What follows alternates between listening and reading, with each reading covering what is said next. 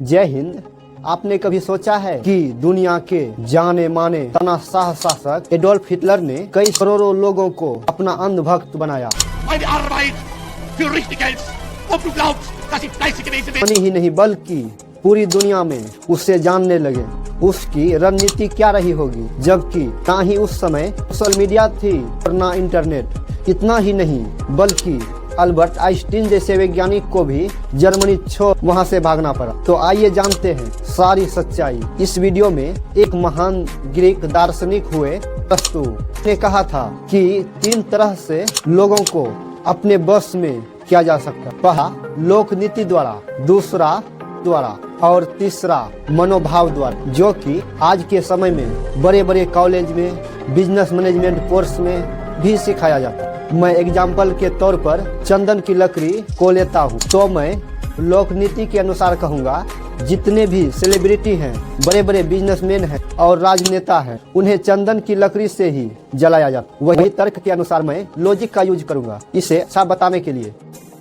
चंदन की लकड़ी शीतल और खुशबूदार होता है। अब तीसरा और सबसे इम्पोर्टेंट मनोभाव यानी इमोशन, मैं इसका यूज करूंगा आपको मनाने के लिए। जैसे चंदन की लकड़ी से जलाने पर मृतक की आत्मा को शांति और स्वर्ग मिलता है, बिल्कुल ऐसा ही किया हिटलर ने भी। हिटलर ने जर्मनी के लोगों से बड़े बड़े वादे, खुशहाल जीवन का सपना दिखाया। हिटलर का यह भी कहना है कि एक ही झूठ बार बार बोला जाए तो लोग उसे सच मानने लगते, और उन्होंने एक नारा भी दिया था, एक देश एक राष्ट्र, एक नेता और एक भाषा।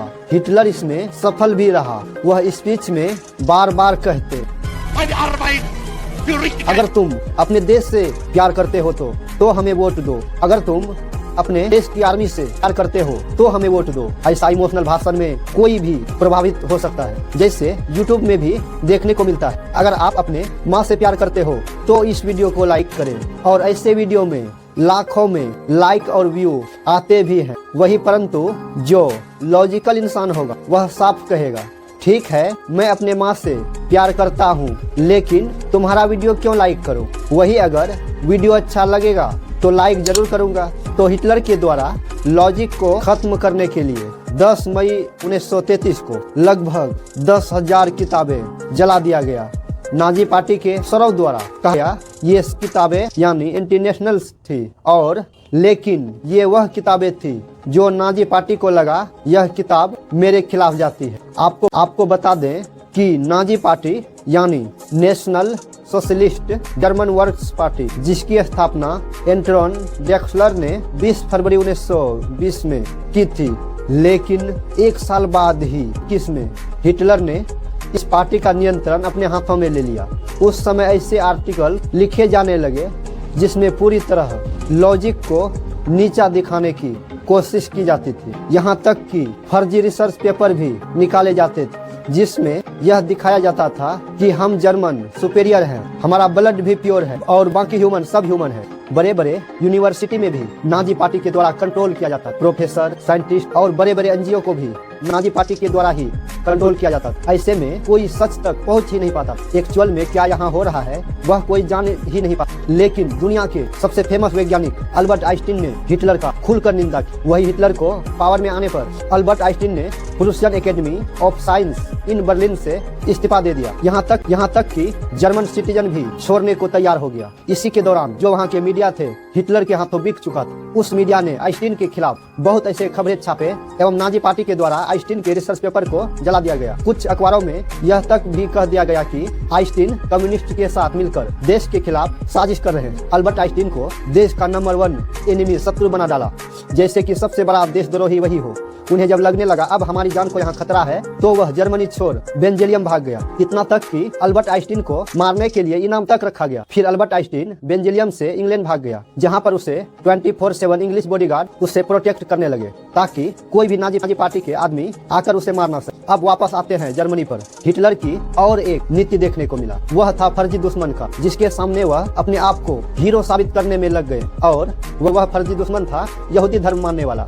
यहूदियों अखबार और आर्ट के माध्यम से देश के अंदर का दुश्मन बना दिया गया और कहा गया जो कि देश के अंदर ही अंदर इसको खोखला कर रहे हैं। ऐसे बहुत सी पोस्टर छापी गई जिसमें दिखाया गया कि वर्ल्ड वार में भी जर्मनी यहूदियों की वजह से ही युद्ध हारी थी और यहूदी के कारण ही अवस्था भी बहुत नीचे आ गया। अखबार में यह भी दिखाया जाने लगा कि इन सब का जिम्मेदार सिर्फ और सिर्फ यहूदी है, जो कि यह बात बिल्कुल गलत। अब आप लोगों के मन में यह सवाल जरूर आता होगा कि जर्मनी के आम जनता ने इस पर विश्वास क्यों? तो इनका दो रीजन। पहला, सारा मीडिया हिटलर के हाथों बिक चुका था और मीडिया भी ऐसी ही खबर दिखाता था, लोगों के पास और कोई माध्यम ही नहीं था कि वह सच्चाई जान सके। और दूसरा रीजन यह था, उस समय जर्मनी में एम्प्लॉयमेंट बहुत ज्यादा, लोगों के पास गरीबी, जिसके कारण लोग इन सब में पढ़ना ही नहीं चाहते और हिटलर अपने आप को मसीहा की तरह दिखाने में लगे हुए, जिसके कारण लाखों यहूदियों को हिटलर के द्वारा हत्या करवा दिया गया। इतना ही नहीं, हिटलर ने बहुत क्रूरता का कार्य किया और जब इसका तख्ता पलट हुआ तो पुलिस के डर से हिटलर एक यहूदियों के यहाँ ही छुपा हुआ और यहूदियों ने उन्हें पुलिस को पकड़वा दिया। एडल्फ हिटलर को जेल में जब लगने लगा अब बचने की कोई माध्यम नहीं बचा है तो उन्होंने आत्महत्या कर ली। तो कहते हैं ना, पेड़ लगाओगे तुम बबूल का तो आम कहाँ से पाओगे। इसलिए जब भी इमोशन की बात हो तो थोड़ी सी उसमें लॉजिक जरूर यूज कर, ताकि आप सही डिसीजन ले सके। हमें थोड़ी सी चालाकी जरूर सीखना चाहिए, क्योंकि इसलिए नहीं कि हम दूसरे के साथ धोखा कर सके, बल्कि इसलिए सीखना चाहिए कि हमारे साथ कोई धोखा ना, कोई गुमराह ना कर। तो इन्हीं के साथ अगर आप भी हमारे चैनल पे नए हो तो चैनल को सब्सक्राइब जरूर करें। मिलते हैं नए वीडियो में। जय हिंद।